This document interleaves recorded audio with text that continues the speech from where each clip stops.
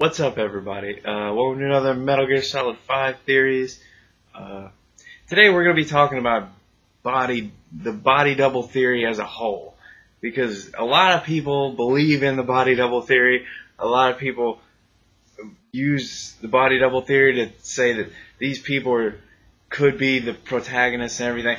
And there are just a few things that have been bugging me about this theory that I feel I need to bring to y'all and see what y'all think. And we just need to talk about it a little bit, because I want to talk about this. Even though it's not said by most people, I believe the one thing fueling most body double theorists, the whole thing that kind of just started it all, the reason why we want to believe it so much, David Hayter is not going to voice Big Boss in this game.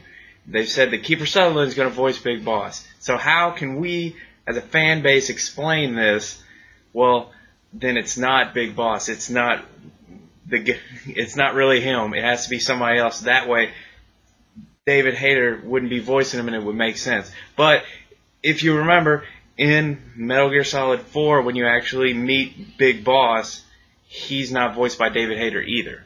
And the same is said about Solidus. Solidus, the perfect clone, is not voiced by David Hayter either.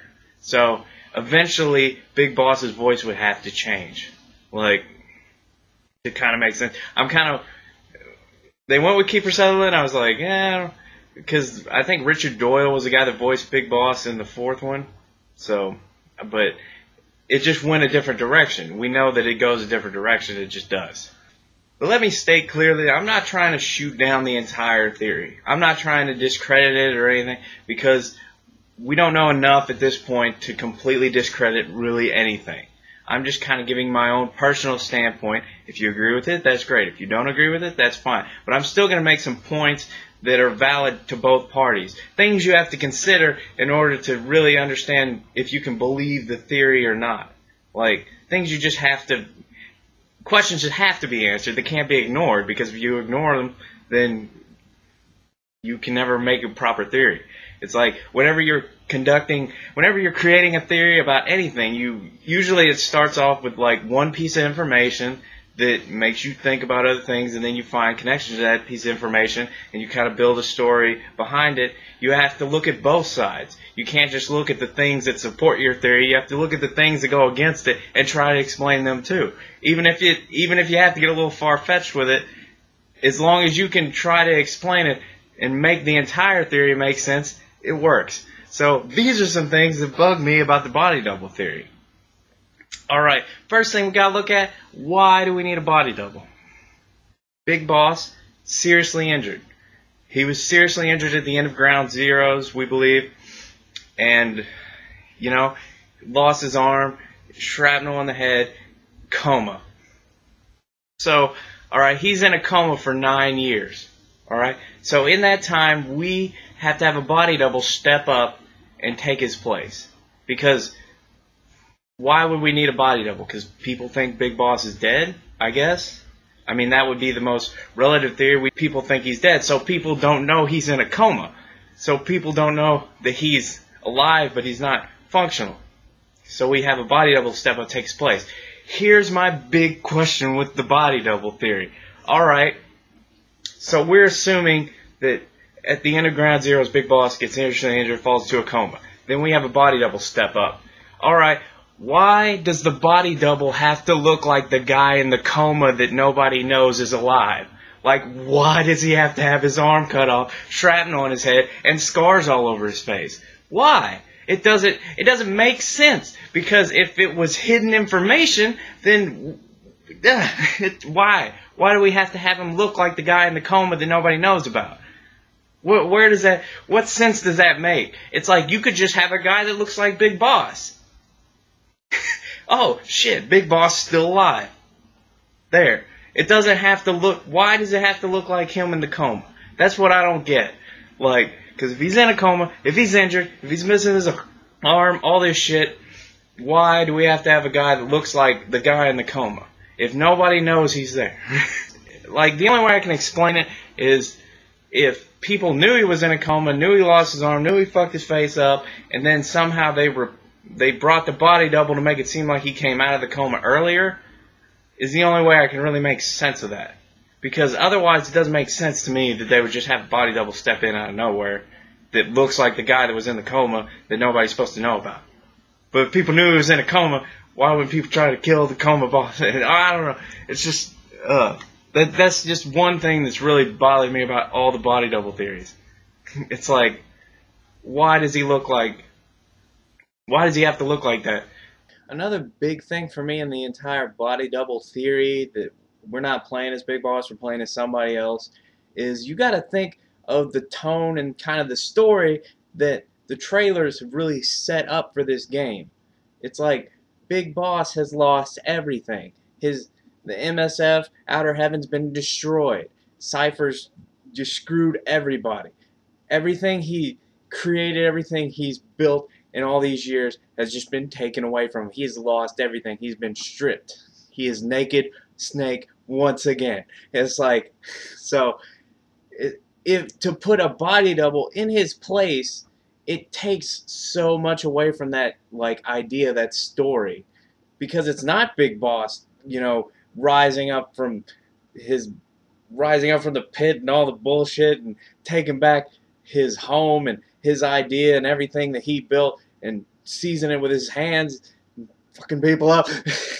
It's now somebody else doing it that just looks like him, and that's one of the big things for me. It's like it takes away from the story if it is a body double. It takes away from kind of like the idea that this is setting up, because the game, the way it's set up, is very much, I feel like it's got a lot to do with getting back the things you lost, redemption, phantom pain, lost an arm, but you can still feel it there. The things you had, the people you love, they're still there. They're still with you. And it's like even all the other characters, like the Eli kid, kid with like a cursed future, curses his fate. It's like he's got his thing to overcome. The sniper chick that has had her words stolen away. I mean, like all these characters kind of set that tone. And then a visionary who lost his sight. I think that's Kaz something. But it's, you see what I'm saying? The tone that it's building, that it's the redemption, the trying to get back what you've lost, the things that have been taken away from you, taking it back. That's what this game's like. That's what the theme is to me. That's what's kind of building up to it. That's kind of why I believe that like Snake isn't going by Big Boss anymore. I've kind of thought more about it, and given that tone, I see why he would go back to calling himself Snake. It's like, think about it. It's like you inherited the boss's will. You're now Big Boss. He, at the end of Peace Walker, you kind of see his ideas come to fruition. Like he's got his MSF, he's got it, it's built up, and he finally makes peace with what happened with the boss in his kind of own way. So he finally accepts what he is. He's like, he's the leader of these men. He is the boss. And that's why he says, call me Big Boss. But now everything's been taken away from him. He's been stripped. Everything he built, everything he is, has been taken away. 9 years of his life lost. It's just, so he would go back to being Snake. Like I said, he is Naked Snake once again. That's kind of why I feel like he would be like, just call me Snake. I'm not Big Boss anymore. When I've rebuilt the MSF, when I've taken back what's mine, when I've gotten revenge on Cypher, then I can be Big Boss again. Like, that's how I kind of feel that the story develops into it. So, like I said, putting a body double in his place takes away from a lot of that. I feel like this is going to be a really gritty story about Big Boss rising back up, showing you who he is, like how powerful he really is. It's just like, Big Boss has always been an amazing character to me, because especially in Peace Walker, you really get to see a different side of him. Like, you don't see him as just like the perfect soldier or whatever, the guy that goes in and gets the job done. No, he's actually a very good leader. People are drawn to him. People join his side. He's able to turn people, like Kaz. Kaz and him originally met in like a fight, and then eventually they became friends, and they are now working on the same side. It's like he just pulls people toward him. He is just a beacon. Everybody just follows this guy because he's uncompromising. He's what he is. He's just a very amazing person. He's a great leader, and that's why everybody like is either drawn to him or they want to take that. Like Zero, you just feel like over the entirety of the series that he just wants to take Big Boss's essence. He wants to have Big Boss under his control, but Big Boss doesn't allow himself to be controlled by anybody. So Zero creates the clones to try to just take control over him. It's just, that's how I've always felt about the kind of series that this is, the kind of tone it's setting. It's like you have to take these things into consideration in this game. It's like the body double theory takes that away from it, I think. I mean, I suppose it could be for a short increment of time in the game, but still, like, there has to be a purpose it serves, like a main point, like a really big point that we would need a body double at this point in time, or else this was going to happen. Like, or else it just doesn't make a lot of sense to me.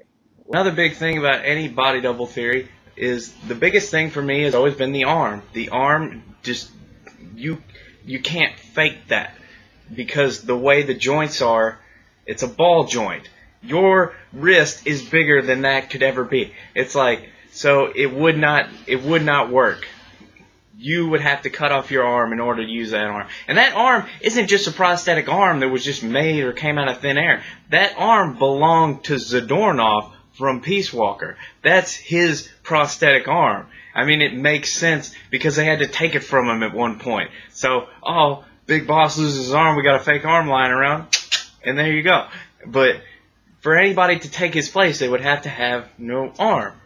It's like, in this point in time, we don't have like holographic slip covers. Like, they don't get that type of stuff until like Metal Gear Solid 4, which is like way in the future. Like, so if we go by the current technology we know of and we have, it's like you can't fake this. You can't fake not having an arm. Unless they cut somebody's arm off, replaced it, and then somehow had their arm preserved, cut the arm back off, put it back on. And the whole body double theory being anybody that would look like, anybody made up to look like Big Boss. Another thing we have to consider is that some of these people, like Gray Fox for instance. Gray Fox, perfect example. Gray Fox, when you meet him later on, he doesn't still look like Big Boss. So that means he has to undergo like reconstructive surgery to make himself look like Big Boss, get his arm chopped off, replaced with the like a fake arm, get replaced with a fake arm, then after it's all over, has to get his arm reattached, have plastic surgery done to make himself look like he used to look. Like, it's just kind of, you see how much, like, how kind of crazy it all gets? You see, like, where my problems are coming from? Now, Metal Gear Solid is no stranger to having a very elaborate story. I mean, we all know this, like, the stories can get very kind of strange and elaborate and crazy, but that just seemed, it just seems like so much. Like, it's like, why push this so far out of proportion? Like, why go so crazy with it? That it just doesn't make a lot of sense to me. I don't know. I'm not trying to discredit people or trying to say that theories are wrong, but there's no hinge point in any of these theories.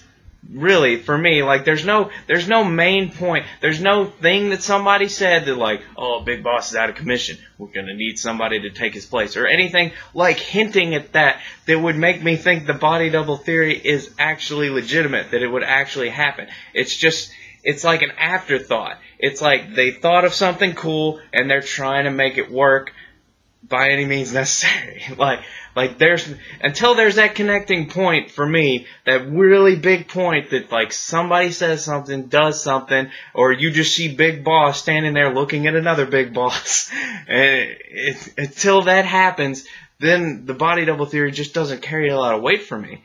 It's just, I mean, it's fun to think about, it's a really cool idea, but it just doesn't carry enough weight for me to, like, really put a lot into it, because you can't, it's hard to come up with facts for body doubles, for even if it's like, how it's hard to say, oh, this guy looks just like Snake but is not Snake. You know how hard that is to make facts for that?